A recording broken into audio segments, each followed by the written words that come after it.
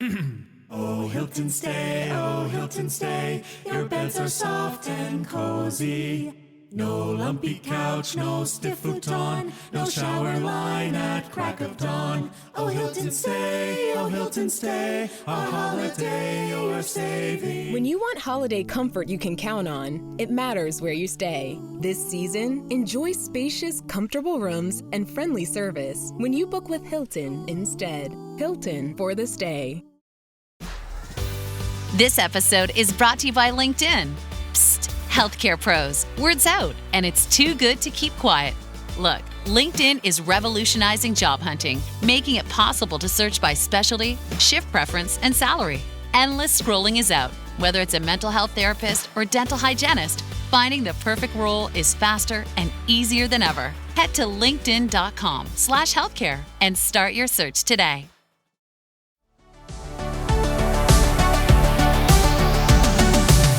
Welcome to the Dr. Raj podcast with Dr. Raj Dasgupta, a show all about educating patients, students, and aspiring doctors about better patient care. Dr. Raj is a quadruple board-certified physician and associate professor at the University of Southern California.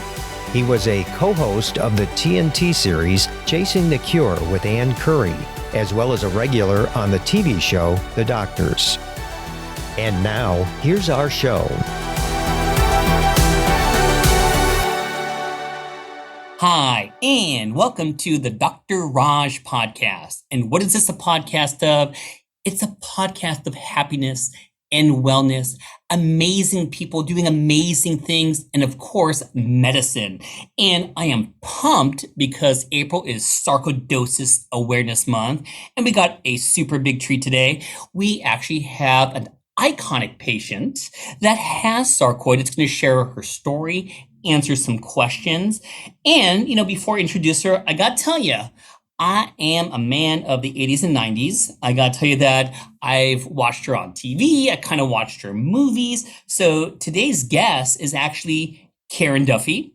She goes by Duff. And I'm going to read her bio, okay? She is a New York Times best-selling author, producer, former MTV VJ, that stands for video jockey, back when the M stood for music. Love that. She is a former Miss Coney Island Mermaid Queen. Pretty cool. And the winner of the Ernest Borgnine Now Lookalike Contest. And for those who don't know who Ernest Borgnine is, go watch a movie called The Dirty Dozen or the original Poseidon Adventure to find out. And Duff is on People Magazine's worst dressed list. She gave me the bio, remember? Duff writes about the wisdom of stoic philosophers. If she was the kind of gal who wrote words on her epidermis, that's the top outer layer of skin, with needles and ink, her favorite quote would be, "If you make beautiful choices, you will make a beautiful life." That would be her tramp stamp. Her new book, Wise Up, is an Oprah Top 10 Book of the Year. And with all those things being said, Duff, thank you for being on the podcast. How are you? I'm so grateful to be here, Dr. Raj. And I just want to thank you on behalf of all my brothers and sisters with sarcoidosis. Thank you for all the sacrifices you have made. Listen, while I was at the University of Colorado studying recreation, you were studying medicine. I was teaching skiing. So thank you so much for your sacrifice and for your family's sacrifice. Oh, you're amazing. And I want to say this before I forget. I want to say a huge thank you to the Life and Breath Foundation. They are a nonprofit organization for sarcoid. That's totally awesome.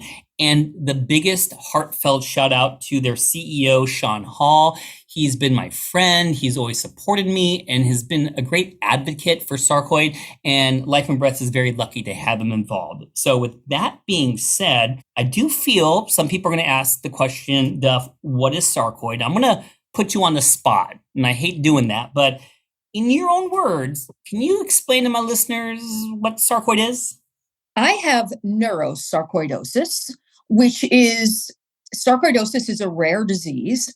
I live with it in more of its rare forms.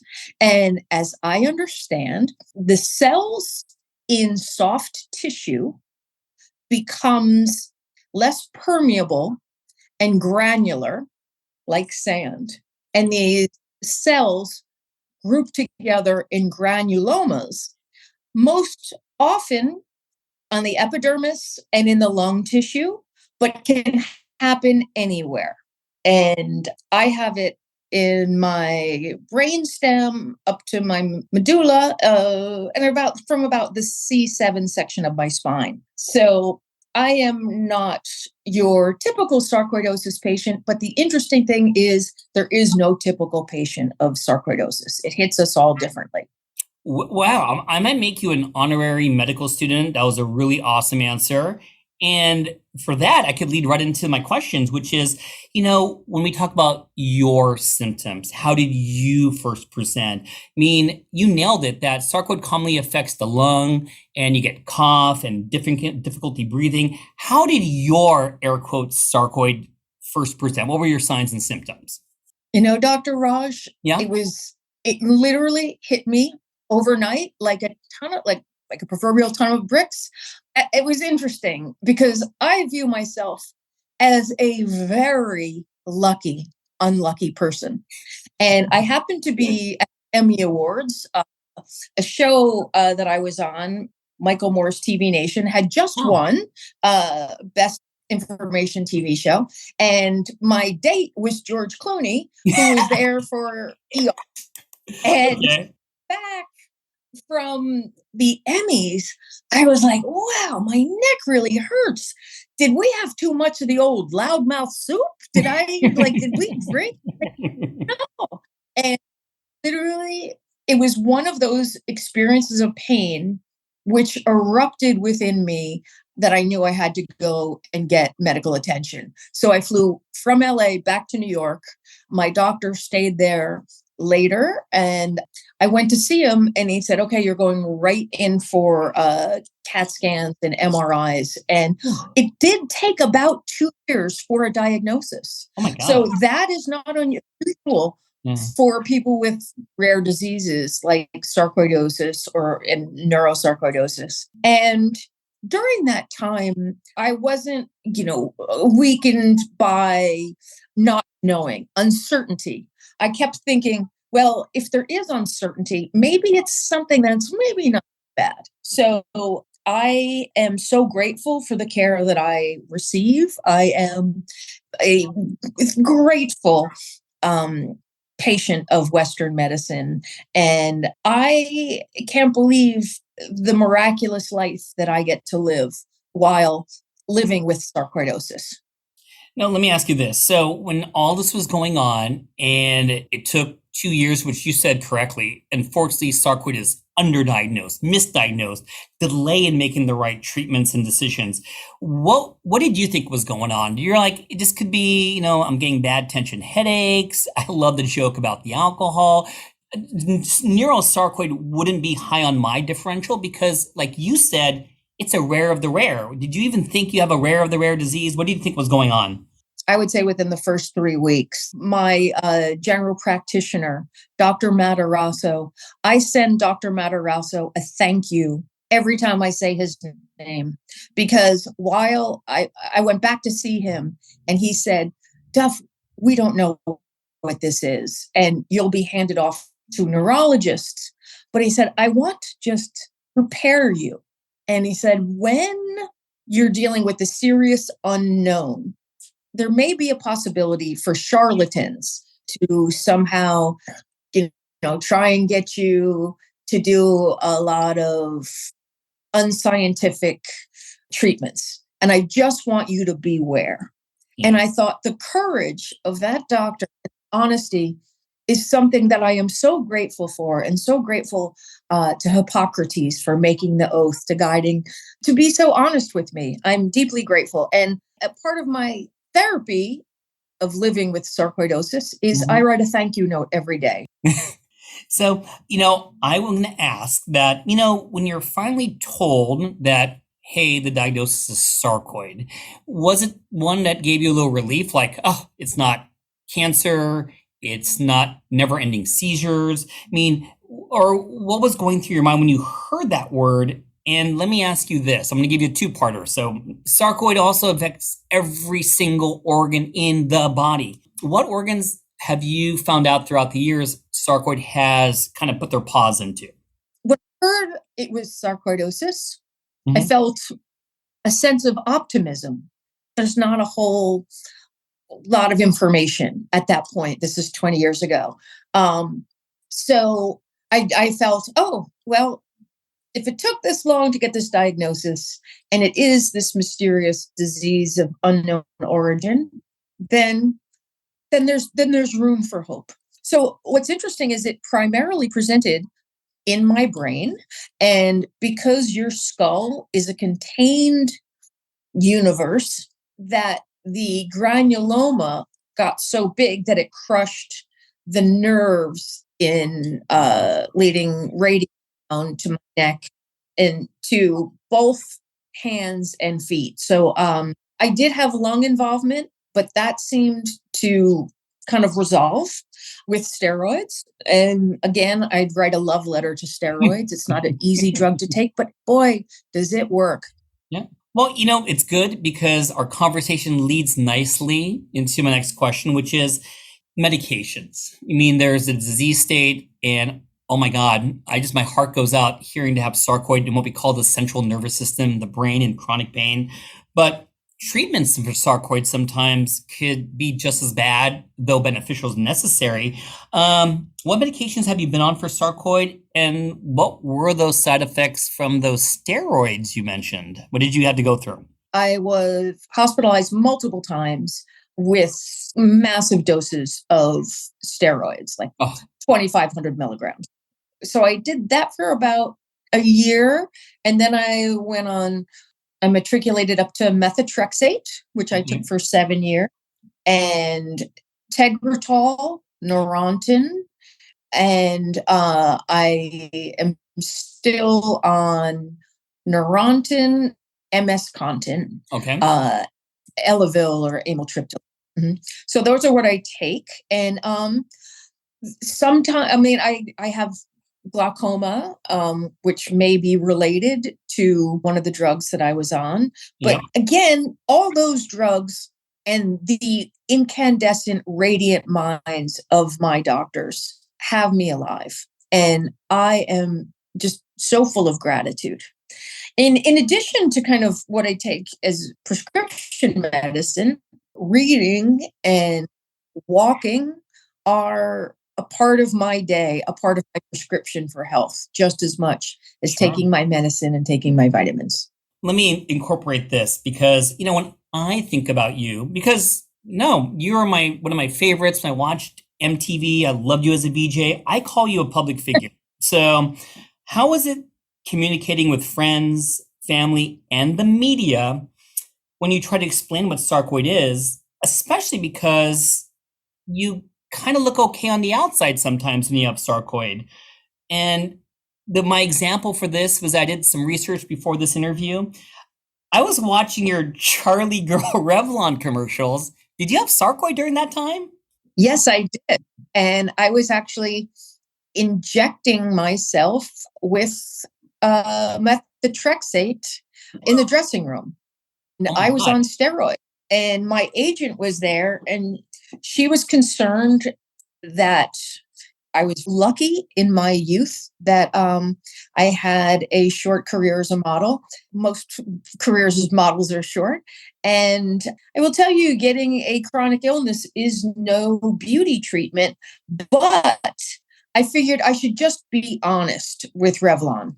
And I said, I'm not that tomboyish girl that you hired. Like, I don't know if I'll have hair the next time you want to shoot me. I don't know if I will be 20 pounds heavier because of the other medicines that I'm taking. So I just want to be honest. And they said, thank you for that honesty. And we hired you for your inner beauty. And it was incredible. They created an opportunity where for 20 years, I got to travel the world talking about women's health issues, which was great. Revlon cares about women's looks, but really cares about their health. So I was very grateful that worked out. So, let me just go back to the first part of it. How's family and friends? I know you have an amazing son. I mean, when you try to explain this to family and friends, sarcoid, I have trouble explaining to medical students what sarcoid is. How is that to your family and friends? I think because I am incredibly high functioning, but that's because my friends see me when when I've been rested. I know that a lot of people have an issue when people express, well, you look so good. And to that I say, thank you. I understand that, listen, life is not perfect and we will all face obstacles. And some of my friends just don't understand, and I don't expect them to understand because, as you said, medical students have a hard time. So I try and give everybody a pass and think most people, their intent is to not be a jackass. If they say something kind of dopey, I was like, probably not their intention. So I try and be patient with others and patient with myself. But it is very hard to describe, especially because the number one symptom that I deal with is chronic pain. And because of the damaged nerves, I have what's called complex regional pain syndrome. And there's something isolating about being captive of pain. Pain reduces language. The word pain comes from the Latin puna, meaning punishment and penalty. Yeah. Okay. So it feels like you're serving a life sentence for a crime you didn't commit. And I felt that I could just try and make peace with it. It's interesting, Dr. Raj, as a patient, we often hear people in the media talking about we're going to fight this disease and we're going to battle it and we're going to blast these cells. And I was like, I'm a lover, not a fighter. And if I hated the pain that I live in, I would be hating too much of my life because it never stops. So people always say, oh, she's suffering from sarcoidosis. I'm not exactly suffering. I'm not celebrating. I'd say I am negotiating with my illness. When the holidays start to feel a bit repetitive, reach for a Sprite Winter Spiced Cranberry and put your twist on tradition. A bold cranberry and winter spice flavor fusion, Sprite Winter Spiced Cranberry is a refreshing way to shake things up this sipping season. And only for a limited time. Sprite, obey your thirst. The Who's Down in Who Newville were making their list, but some didn't know Walmart has the best brands for their gifts. What about toys? Do they have brands kids have been wanting all year? Yep, Barbie, Tony's, and Lego. Gifts that will make them all cheer. Do you mean they have all the brands I adore? They have Nintendo, Nespresso, Apple, and more. What about... So the Who answered questions from friends till they were blue. Each one listened and shouted, from Walmart? Who knew? Shop gifts from top brands for everyone on your list in the Walmart app. So let me expand upon that because I think that, a lot of people who listen to Dr. Raj podcast do have a lot of chronic illness and pain, not just from sarcoid. So I think you're going to be a good person to ask this question to is, what is your advice in people who are suffering from chronic pain, chronic illness? And let me combine that with a question one of my listeners had for you, which is, how do you handle it when people don't believe that you have this chronic pain? Because once again, they can't see it. And to that listener, I'm here for you. You can catch me on Twitter or Instagram, but I understand what it's like to be misunderstood. It is hard to get my medicine because of restrictions. And one of the ways that I look at pain is really, I've been very guided by the stoic philosophers. And they said, we can't control what happens. We can only control how we respond. So I believe that pain is inevitable, but suffering can be optional. So while I live in unrelenting, intractable pain, I'm not exactly suffering because I'm still trying to make the most out of each day. And to the people that are misunderstood, I understand. I mean, I have actually, people have stopped me on the street and said, I have sarcoidosis and my mother doesn't understand. And she always says that Karen Duffy girl. And I was like, let's get your mother on the phone right now. So your daughter is dealing with a very serious disease. And if you see a picture of me on a magazine, it has been highly retouched and don't believe it. But, it is hard to understand what you can't see. Expressing gratitude has been a way that really helps. Being of service. So it's not all about like me and my neck. And, I have a couple. So that was one of the questions I had because I let people know, hey, got one of my favorite icons on today. So the sarcoid listeners, I have a bunch of them. Tell me if you haven't heard this one before. One of the patients is stuck on prednisone, steroids. And she wanted to know, how do you prepare or deal with those side effects, particularly some of the weight gain and swelling, the insomnia, you know what I mean? Anything that you could kind of give a little tip about being in the trenches yourself? Number one is I try and be kind to myself. And I do things like when I gain weight, you know what?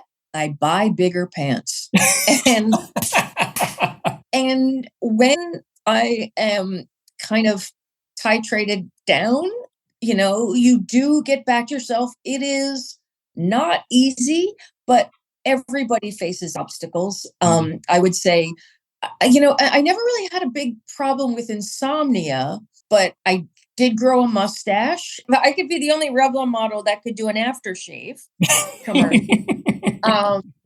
I pretty much got every textbook side effect without reading textbook. And I also kept myself somewhat in the dark. And my neurologist, I said, I don't know what's happening. All of a sudden I look like Uncle Fester. And he said, that happens. I was, in my late 20s, early 30s. I was like, I thought I had a little more time. He's like, you'll be fine. And you know what? He was right. And, but it is difficult. And I will always honor my brothers and sisters who are taking it.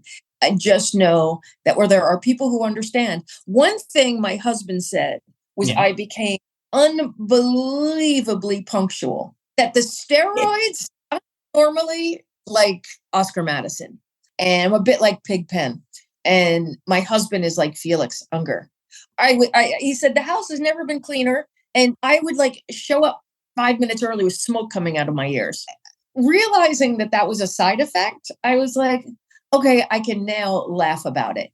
And having a sense of humor about these side effects does really help.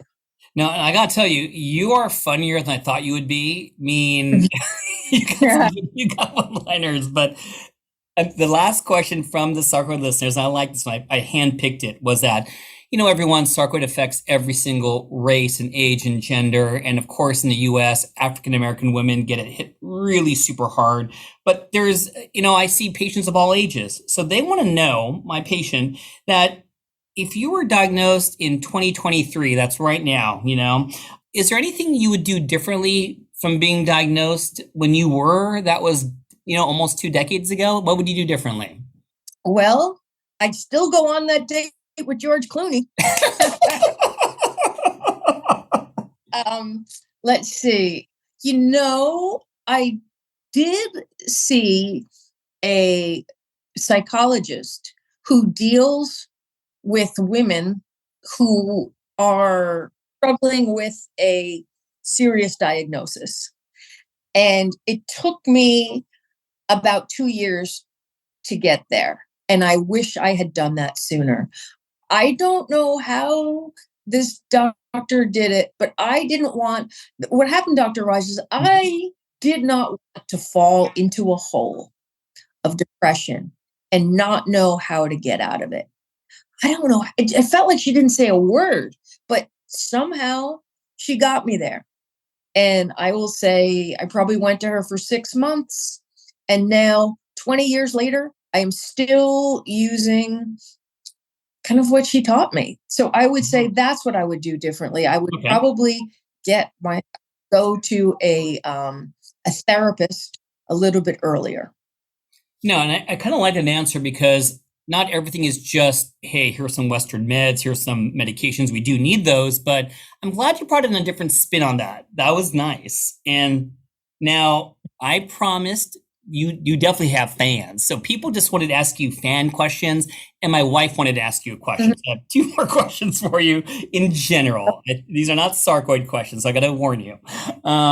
So one of the responses I got when I told people you're coming on the podcast was, don't laugh at me, what was your favorite scene from Dumb and Dumber? And how did you keep up the comedy having a Jim Carrey on the set? My favorite scene is a scene that I wasn't in, but when Jim Carrey and Jeff Daniels are singing the Carly Simon Mockingbird, and then Yes. pick up the guitars and sing Spanish. I thought that was great. Jim Carrey is incredibly funny. And what was interesting is when we were shooting at the scene where it's at the airport, the thing is, Jim's really funny, and he's always doing these like very physical pratfalls. Okay. And so like he grabs giblets and he's like, "Arr!" And it was like The Boy Who Cried Wolf. Nobody took him seriously. Everyone thought he was joking. And so eventually I'm like, are you okay? And he's like, no, this is why I'm screaming. And he had to go to the hospital. Oh. And when they were putting him in the ambulance, the EMTs diagnosed that he had a gallbladder attack. Oh my God. I was like, Jim, can I have your gallstones? And after the surgery, he had a huge TV and he was watching a video of his operation. So I was like, how about those gallstones? Yeah. And he's like, his girlfriend, Lauren Holly, she was pretty good though. She rented a sexy nurse costume. And he goes, I gave her the gallstones. And I was like, I was going to make them into earrings for her, but who knows? And it's nice. I stay in touch with Jim. I just produced a movie that Peter Farrelly directed this year. So it was a great experience. That's awesome. No, that's, I mean, when I say iconic, not just you, the movies you're a part of, I still laugh. When it comes on reruns, I still laugh to this day. So the last question I'm going to add, well, almost last question, but this is from my wife. You know what I mean? So my wife wanted me to ask you this. She wants to know, how is it being friends with the, quote, sexiest man alive? And that's not me. It could be mistaken for me. But it's George Clooney. So how is that? We've been friends for almost 30 years. And I talk to him many times during the week. My husband talks to him every day. They're on a text chain. He is the most generous, kind guy. Like knocked it out of the park with his career, with his work. I was lucky enough. He just got the Kennedy honor, which is the highest honor for artists. And he invited my husband, John, and I to join Amal DC, which was incredible. And so on top of like all the great stuff, and with his tequila, every penny he makes from tequila donates to human rights. Yeah. But he would never tell you that, because the whole idea of the ability to do good is its own reward. So he doesn't talk about all he does, but he is just the greatest guy, two most beautiful children. And I will tell you, Amal, if I could be like Frankenstein and create the woman that I would wish for my dearest pal, it would be Amal, because like their dedication to making the world a better place and to helping refugees and people who are struggling with human rights abuses, it is just so elevating. No, that was an amazing answer. And I mean, that's kind of the reason why on the inside, my wife and I, we do admire him for the exact same reasons. Now, let's switch it back to you, because I don't know if I could still call it a new book, but you got a book that released this year, and I'm like meaning last year, and I'm super pumped about it. It was called Wise Up. So I want to ask you, tell my listeners about the book and a quick synopsis, and why did you write it? So Wise Up is a collection of letters based on the ideas of Stoic philosophy. And Stoic philosophy is the thesis is based on my favorite philosopher, Epictetus, who said, if you make beautiful choices, you will make a beautiful life. And we get the idea that, you have to look like you're chewing bees to study philosophy. I will tell you that reading Stoicism every day has helped keep my spirit elevated, my heart open to generosity. And I wanted to share this with the world. And I wanted to make this almost a primer for people who are not accustomed to reading kind of dense philosophy, and made the letters for fun. I addressed them to my son so I could add fart jokes and keep it really light. So it has been a joy to kind of fit the life philosophy of the ancient Greeks and then illuminate it with enthusiasm and humor. So it has been a joy. I'm going to pull this question off the cuff. What is the next best thing, the next thing up on the agenda for you? What's your plans for the future? I mean, you're an awesome writer. What do you plan to do in the future? Well, one of the things that Stoicism has taught me is to always look for opportunity.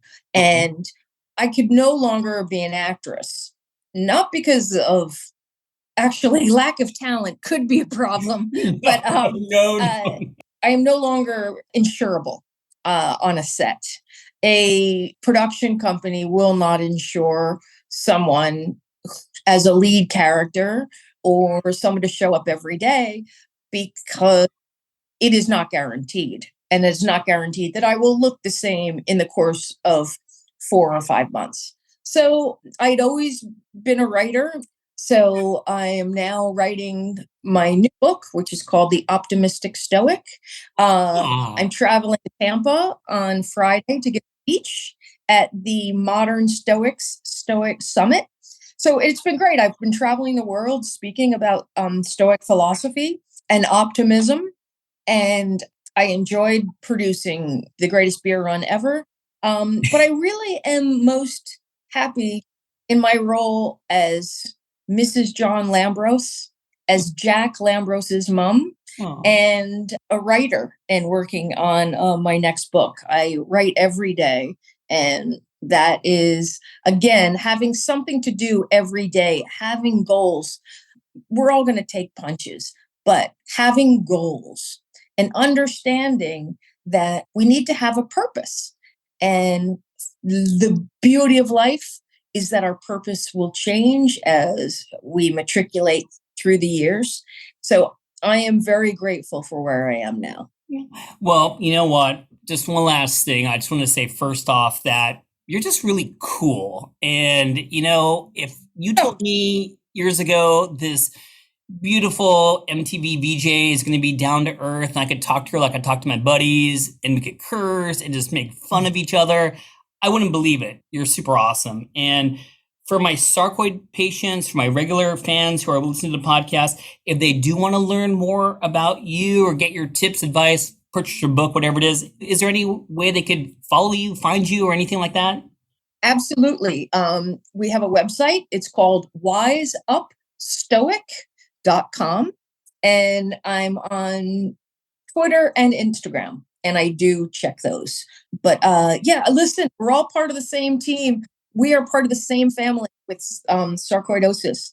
And truly, Dr. Raj, I want to thank you for devoting your life to unraveling this mystery. And hopefully this is the start of a beautiful relationship. Definitely. And let me just say this, is that it really means a lot to people with sarcoid. I see them here in my clinic at USC, and I love each and every one of them. And it means a lot when people who are icons and are popular, to say that everyone can get hit with a chronic illness and pain and even a disease you think you'll never get. And it means a lot that you speak up and you let people know that you will get a smile on your face in the future. So thank you, Duff. Karen, you're amazing. Thank you, Dr. Raj. And I look forward to seeing you in person with our friend Sean. And thank you. And to all of our brothers and sisters in sarcoidosis, it does get better. And that is a very special episode of the Dr. Raj podcast. Stay tuned for our next episode. And hey, I wish everyone the best. Thanks for listening. This has been a production of Ars Longa Media. Our producers are Madison Linden and Chris Brightigan. Our executive producer is Dr. Patrick Beeman. This podcast is for educational purposes only and not intended for medical advice.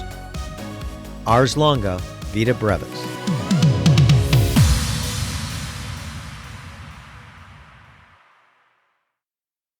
Hey, Ryan Reynolds here, wishing you a very happy half-off holiday because right now Mint Mobile is offering you the gift of 50% off unlimited. To be clear, that's half price, not half the service. Mint is still premium, unlimited wireless for a great price. So, that means a half day, yeah?